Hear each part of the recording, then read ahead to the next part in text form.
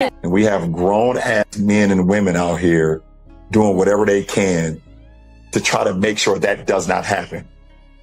That is the weirdest thing in the world, but it is what it is. And I'm glad that Caitlin has a great head on her shoulder. Officials allowed her the moment to get the emotions out of her, and some officials wouldn't do that. Welcome back, everyone. This story is on another level, and there's a lot to break down. I've got a really interesting and informative video for you, so let's not waste any time. Let's jump straight into it. People have been patient for weeks, but that patience is running out. Over the last 3 weeks, fans have watched Clark deal with hard physical play over and over. She has been shoved, bumped, grabbed, and knocked around during games. On top of that, she was already dealing with a back injury that forced her to miss 5 games. When she came back, she was limited to just 25 minutes, played while... Yeah, I got knee right in the quad. Like, that hurts. Like, the ref can't miss that. And then I have to play with a contusion in my leg the rest of the game. Like, it's ridiculous. If the NBA is going to review calls, you're saying the WNBA can review calls and act retroactive. Played while still recovering and did everything the coaching staff asked of her without making excuses. Then came July 15th, 2026, when another controversial moment had everyone talking. During the game, Clark took a knee to the quad from Kaya Stokes in front of a packed crowd, sending her down near the basket support. The referee was right there with a clear view, but no foul was called. What happened next only made the situation even more frustrating. Stokes, that made you upset, and then you hopped into the back. Quad. Like, that hurts. Like, the ref can't miss that. And then I have to play with a contusion in my leg the rest of the game. Like, it's ridiculous. Can't miss calls like that. Did they give you an explanation right after when you went up to him? I initiated the contact.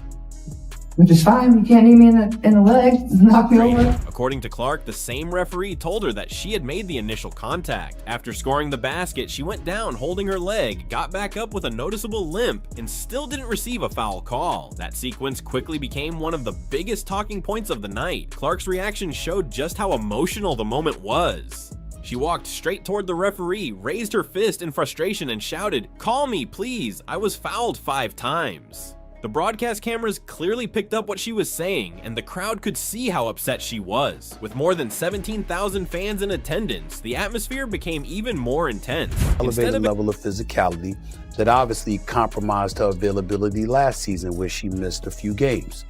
There is a palpable resentment towards this girl, where you have people who are resenting of her star power and her cachet.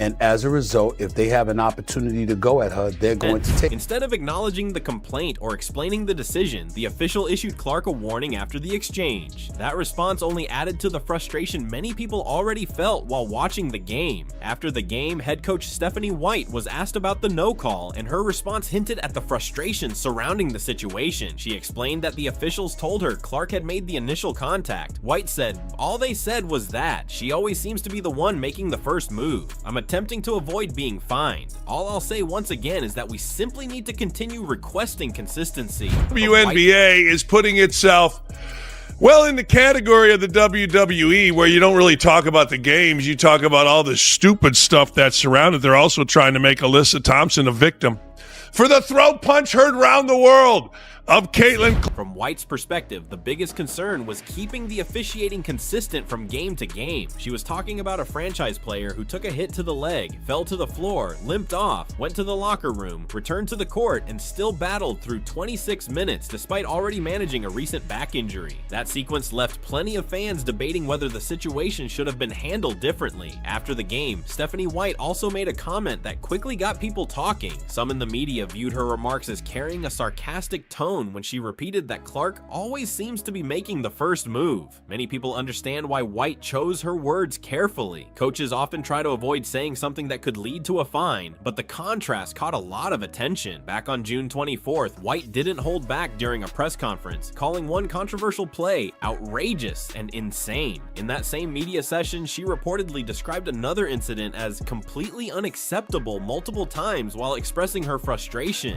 Official after that play, Caitlin got kneed in the quad and hopped off for a sec. Did they give you an explanation for the no call there and how she did it? No, they said Caitlin initiated the contact. That's all they said? That's all they said. Mm-hmm. She seems to always be initiating the contact. Yeah, you mentioned Caitlin always seems to initiate the contact. Just what did you see in the officiating overall tonight, or just in general? Chloe, I'm trying to not get fined. Again, all I'll say is that we just keep asking for consistency. Anything else? All right, end it there.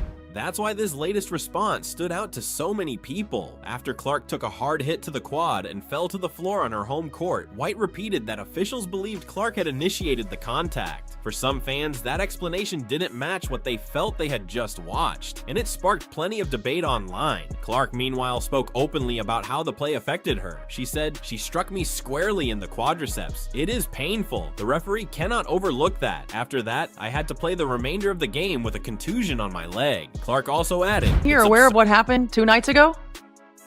And that still happens? What? Absolutely unacceptable. No, she didn't, dude. Absolutely you just unacceptable. cursed? And the reckless closeout that they actually reviewed, and the foot still comes down on top of the defender's foot that wasn't upgraded? Absolutely disrespectful. It's absurd. You cannot knock me over or knee me in the leg. Those comments reflected how frustrated she was with the sequence and why she believed a foul should have been called. Whether people agreed or disagreed, her reaction became one of the biggest storylines after the final buzzer. From the opening tip, Golden State's defense made life extremely difficult for Indiana. The Valkyries applied relentless pressure on every possession and forced the Fever into an early hole. Indiana fell behind 12-2, and Clark finished the first half with just 2 points while shooting 1 for 5 in a game her team desperately needed after slipping out of sole possession of first place in the Eastern Conference. But the momentum finally started to shift after halftime. I believe there's been a failure on the part of some people to appreciate the mantra of a rising tide lifts all boats. Ride this cash cow till the wheels come off. They did it in the NBA with Magic Johnson. They did it ultimately with Michael Jordan.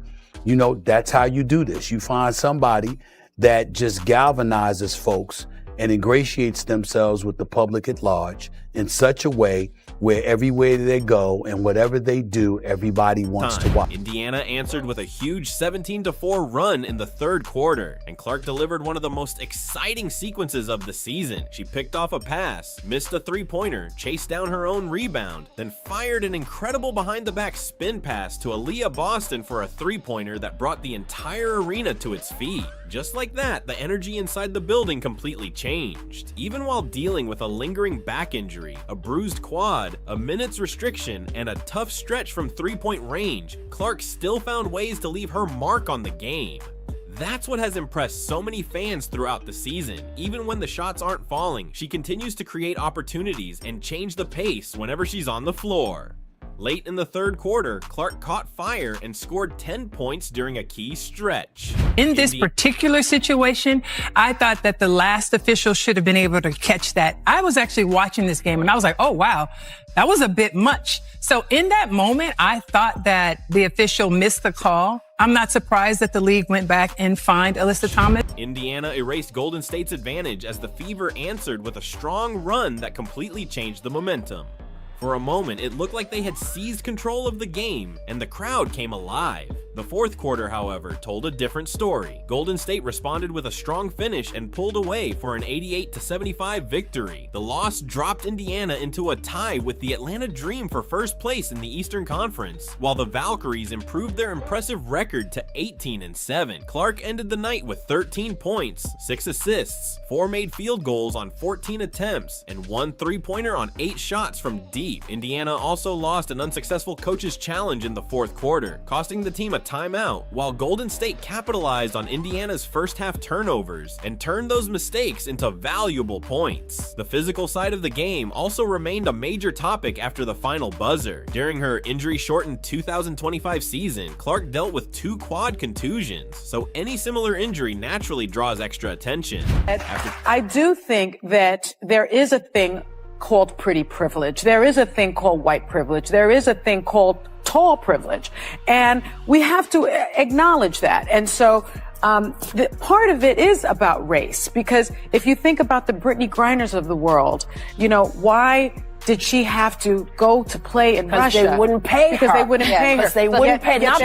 After taking another hit to the quad in this game, she briefly went to the locker room before returning to play 26 minutes and finishing the contest. Clark later said she wasn't overly concerned about the leg, but many fans still kept a close eye on the situation because of her recent injury history. Another point worth watching is Clark's technical foul total. She now has 5 technical fouls this season, and league rules call for an automatic suspension once a player reaches 8. During Wednesday night's emotional exchange with the referee, she received a warning instead of a technical, adding another moment that quickly became part of the post-game conversation. The schedule doesn't get any easier either. Indiana was set to host the Seattle Storm on Friday before facing the New York Liberty on Saturday in back-to-back home games. Before the matchup with Golden State, Clark said she wasn't sure about her availability for both contests. With her back still recovering and fresh concerns surrounding her quad, plenty of Fever fans will be watching closely to see how she feels heading into a demanding weekend. The conversation after this game wasn't just about the final score, it quickly shifted to the bigger picture. Fans, analysts, and former players all started debating the same question: how should games like this be officiated when physical play keeps increasing? That discussion spread across social media almost immediately, with clips of several key moments being shared and replayed from different angles. Supporters of Clark argued that she takes a lot of contact without always getting the whistle they expect, while others pointed out that physical defense has always been part of professional basketball. Those different opinions created one of the hottest debates of the week, with everyone looking at the same plays but reaching very different conclusions. One thing that isn't up for debate is Clark's impact whenever she steps on the floor. Even on nights when her shooting numbers aren't where she wants them to be, opposing defenses continue to focus heavily on stopping her. That extra attention often creates opportunities for her teammates, opens passing lanes, and changes the way the entire game is played. It's one of the reasons every possession involving Clark draws so much attention. For Indiana, the challenge now is staying healthy and building momentum as the season moves forward. The Fever have shown they can compete with some of the league's strongest teams, but consistency will be critical if they want to remain near the top of the standings. Every game matters at this stage, and every player staying available could make a huge difference in the playoff race. The coaching staff will also have important decisions to make over the coming days. Managing Clark's workload, monitoring her recovery, and making sure the team stays fresh during a busy stretch of the schedule could all play a major role in Indiana's success. Balancing short-term results with long-term health is never easy, especially when every matchup feels important.